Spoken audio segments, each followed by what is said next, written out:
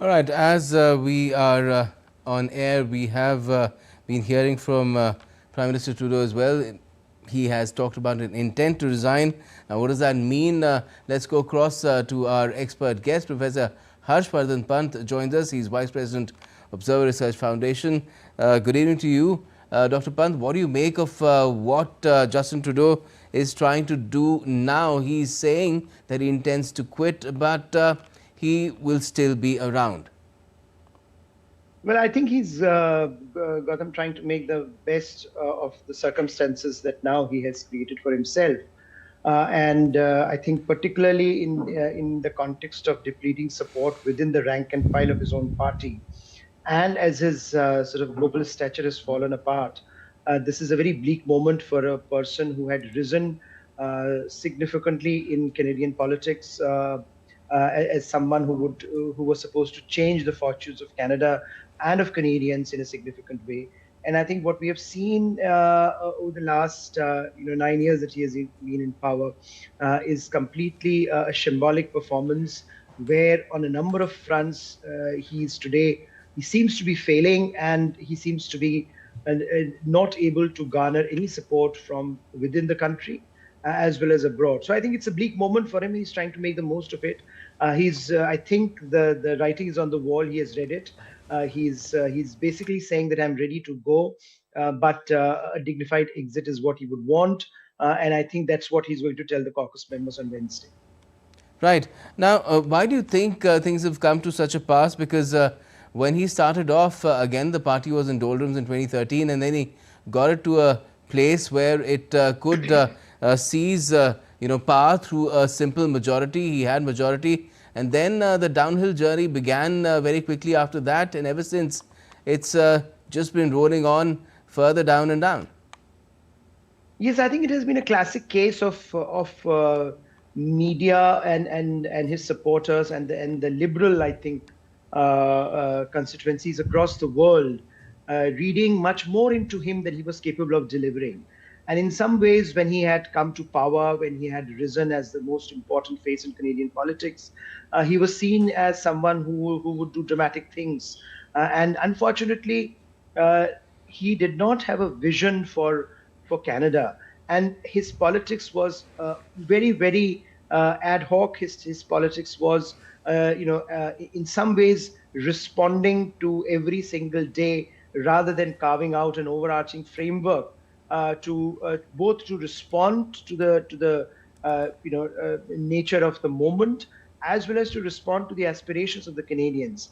And after COVID in particular, it had been a downhill journey for him, where he had been unable to make up his own mind as to where he wants to go. So he has plucked things out of air. He has tried to show that he can be a very dominant player globally by targeting countries like India. He has tried to showcase that he could negotiate with someone like Trump, and look what happened to that when he went to recently to Mar-a-Lago. So I think in some ways his politics, if you recall from the very beginning when he had come to India for the first time, with all that trappings of a Bollywood star, and he was changing costumes every day, seemed very infantile. And I think that's where perhaps the expectations that people had from him and what he delivered, that mismatch was something that is now has become just too much. And I don't think history would judge him that kindly because of the nature of problems that he has created for Canada under his watch. Not all of his own doing, but I think certainly as a leader he'll have to take onus of the problems. But I think by and large, by failing to respond to them in a way which I think at times leadership demands, and I think his leadership has been falling short of those expectations repeatedly. Okay, just bear with me a second, because let me go across to my colleague Jessica Taneja, who was listening into that press conference that Justin Trudeau has addressed. Jessica, what are the key points that emerged? He's apparently said that he intends to step down, but not immediately, and even Parliament will not be able to convene for some time till almost the end of March. That's correct, almost till end of March, and elections were due to be held in October earlier, Gautam, but all of those plans have now changed with Justin Trudeau with that press conference much awaited. He now says he's stepping down as Prime Minister and he will wait till the next one is elected. So very important press interaction today, and a very different, one that too, where he says that it's over dinner that he told his kids about the decision to resign, with talking about all of the work that he's done in the last 9 years. But it's important to also understand what led to his resignation. While there was pressure and on him when there was, of course, not much support for him, not just within his own allies, but his own, cabinet ministers as well, including particularly of his deputy prime minister and finance minister, Chrystia Freeland. Now, this came at a point where she resigned at the time, right before announcing the fiscal budget, and instead she tendered a resignation and said that she could not continue with the economic policies that Justin Trudeau had been introducing quite recently. Because Trudeau wanted to demote her. I'm sorry, I couldn't hear that, Gautam. I said that happened because Trudeau said that he wants to demote her, he wants to give her some other responsibility. That's also correct, but also from the point of view on how things have built at this point, and reports suggesting on the fact that there were very important and controversial policies that Justin Trudeau had recently introduced, specifically talking about the two, where there was a 2-month tax holiday and the tax rebate of nearly $200, and those handouts were given to workers, was not taken well by Chrystia Freeland, who seemed to have tendered her resignation on those points. So that is what we know from the reports so far. And perhaps moving forward, there were many more things that the Justin Trudeau government was facing. It's not just how unpopular he was becoming, but also the cost of living crisis and the inflation, and perhaps many individuals not being able to afford electricity and housing becoming even more expensive.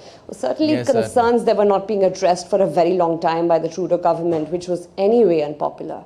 Yes, let me bring in Professor Harshvardhan Pant again, because Justin Trudeau said that he will step down once his replacement is found, which will again take some time, and in that time even Parliament will not be able to convene before March, and that means a no confidence vote or a confidence vote cannot be sought before May. So it does seem that he's at the same time bought time for his party ahead of the elections, which are to be held at the latest in October, Professor Pant.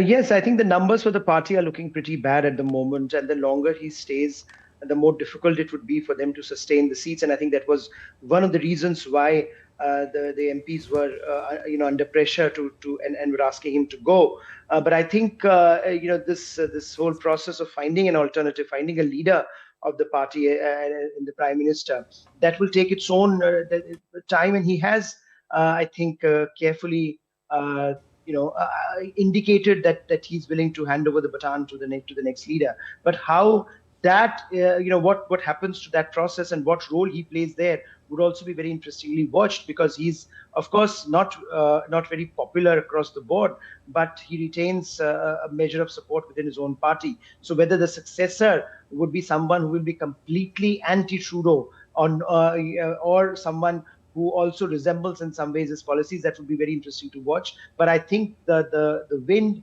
is shifting against him and his policies, and we will certainly see anyone who comes to fill his shoes taking positions which will be strikingly different from his, because any association with him is today a political kiss of death for Canadian leaders. So I do think that it's a very precarious moment for the Liberals and for his party. But I think it's also an interesting moment in that sense for Canadian politics, because it would be evolving and it would be moving in a very different direction from here on.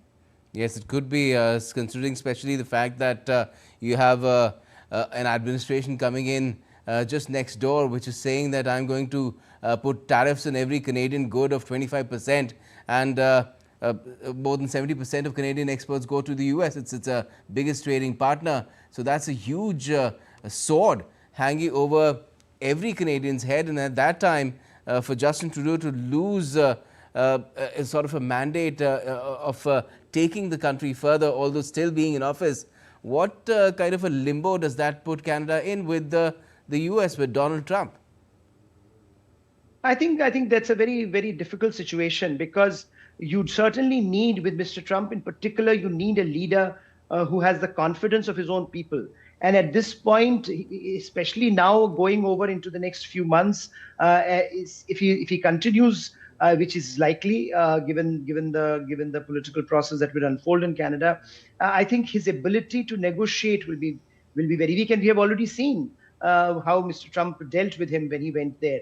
And so I do think that Mr. Trump's political favorite is the opposition, and certainly he is not in any mood to relent under the Liberal leadership. So I think the dynamic between Mr. Trudeau and Mr. Trump, which has been antagonistic, which has been very strange in particular, if you go by the last visit, I think is going to be even stranger now. And this is not good news for Canada. It's not good news for US-Canada relations, and in particular on the issue of tariffs and trade, which is likely to hurt every single Canadian. And I think a lot of the points that Jessica was mentioning, economy, cost of living, how do you make sure that employment, housing, all of them are interrelated in that sense. And it would be very difficult for the Canadian government to deal with them with a weak prime minister, with the prime minister that has basically said, I'm lame duck. And that is what the problem is going to be.